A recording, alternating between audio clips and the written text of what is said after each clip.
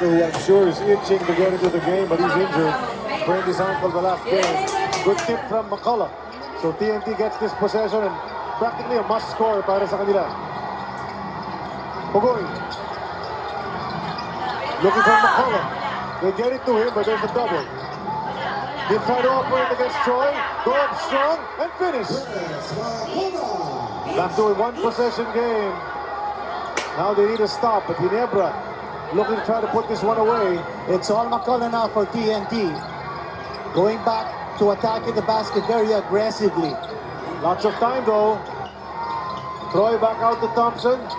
Abarientos balik kay Iskati. Titira ng tres. Abarientos.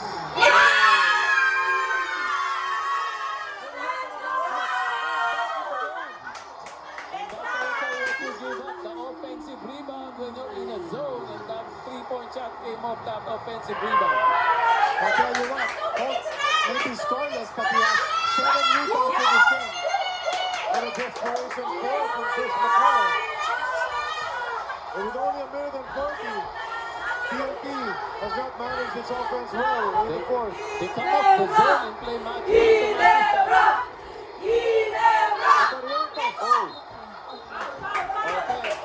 Yep, there was a push, is what referee Tantay is saying.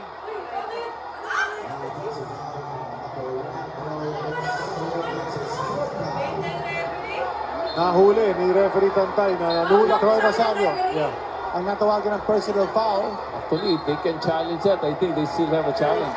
There is the decision from coach. Yeah, they will challenge. That's a critical call. Now they challenge it. At ang head coach challenge natin ay sa atin ng Arena Plus, official game partner of the PBA, #1 sportsbook in the Philippines. Abangan muna natin habang gine-review ng ating mga referee sa may bandang kaliwa namin dito at courtside at the Mall of Asia Arena. Once again, we thank everyone for having joined us throughout this conference on RPTV and on the One Sports YouTube channel. It has been our pleasure to bring you the games of the Commissioner's Cup. With only a minute and 28 remaining. Ano lang to, time management na lang to for Ginebra. If they can manage their time here. Yung sinasabi may tulak si Troy, kaya si Hedin went yan there. Yun ang sinasabi. That's what the referee saw. Is it enough to stick after this review? Let's see. It's a very emphatic din ang pagtawag ni referee Tantay. Actually, this possession is also going to be very big, especially if Ginebra takes this possession. Medyo time management na lang kailangan nila rito. Malalaman natin kung anong pasya ng ating referees in a short while. Ito na. After po na review, meron pong illegal contact si Troy Rosario. Kaya matatawagan po natin na offensive foul. Therefore, the challenge made of Ginebra is not successful. May chance pa kung hindi rito, meron pa. Ito panoorin natin. That's, I would say minimal contact. But just the same, there was contact, kaya yun ang tinawag ng ating referees. And we've talked about it twice, even on the earlier challenge on the other side. Maybe minimal contact, but there was contact. So where do you draw the line, di ba? And the referee will have to decide. Actually, there's such a thing as marginal contact. It's Ako, description ka doon, coaching, Yeah. inconsequential. exactly. Dapat kung inconsequential, hindi tatawagan. But anyway, the decision will stick.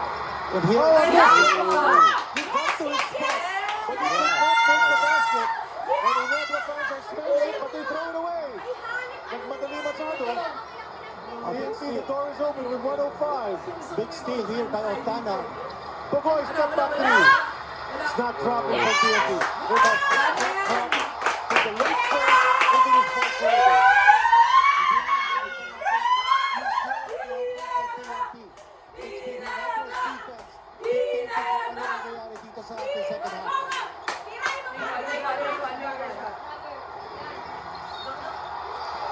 Brownie dropped the foul on the drive. Pugoy will be called for that one. 39.9 seconds. It looks like it's gonna be a Ginebra championship here. Smells like it, coach. You remember that Barangay Negro has not won a championship in the last 7 conferences. And in the last 3 finals that Barangay Negro played, ang kalaban nila at TNT, talo sila in all those 3 finals appearances. And Coach Kim's gamble of having Brownlee play in a big import conference paid off. So, sabi nila, need si Brownlee for this conference, but he's proving that May curse pala itong TNT dito sa Mall of Asia Arena.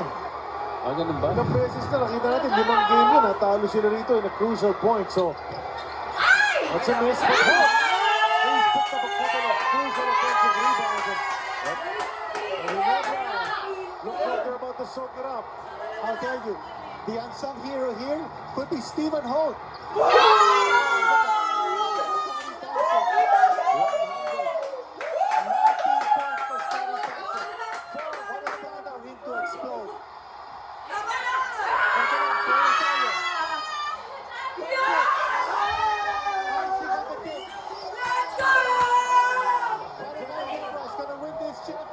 Ginebra's going to dethrone TNT in the Commissioner's Cup. After more than 2 years, Ginebra is champs again.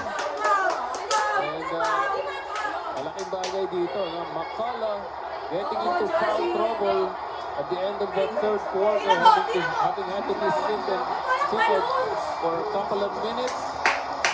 Momentum turning into Ginebra's way. And then they just pulled it out from there. Coach Yen, 13 points scored by TNT in the 4th period.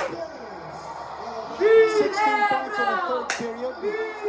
A total of only 29 points scored by TNT in the entire second half.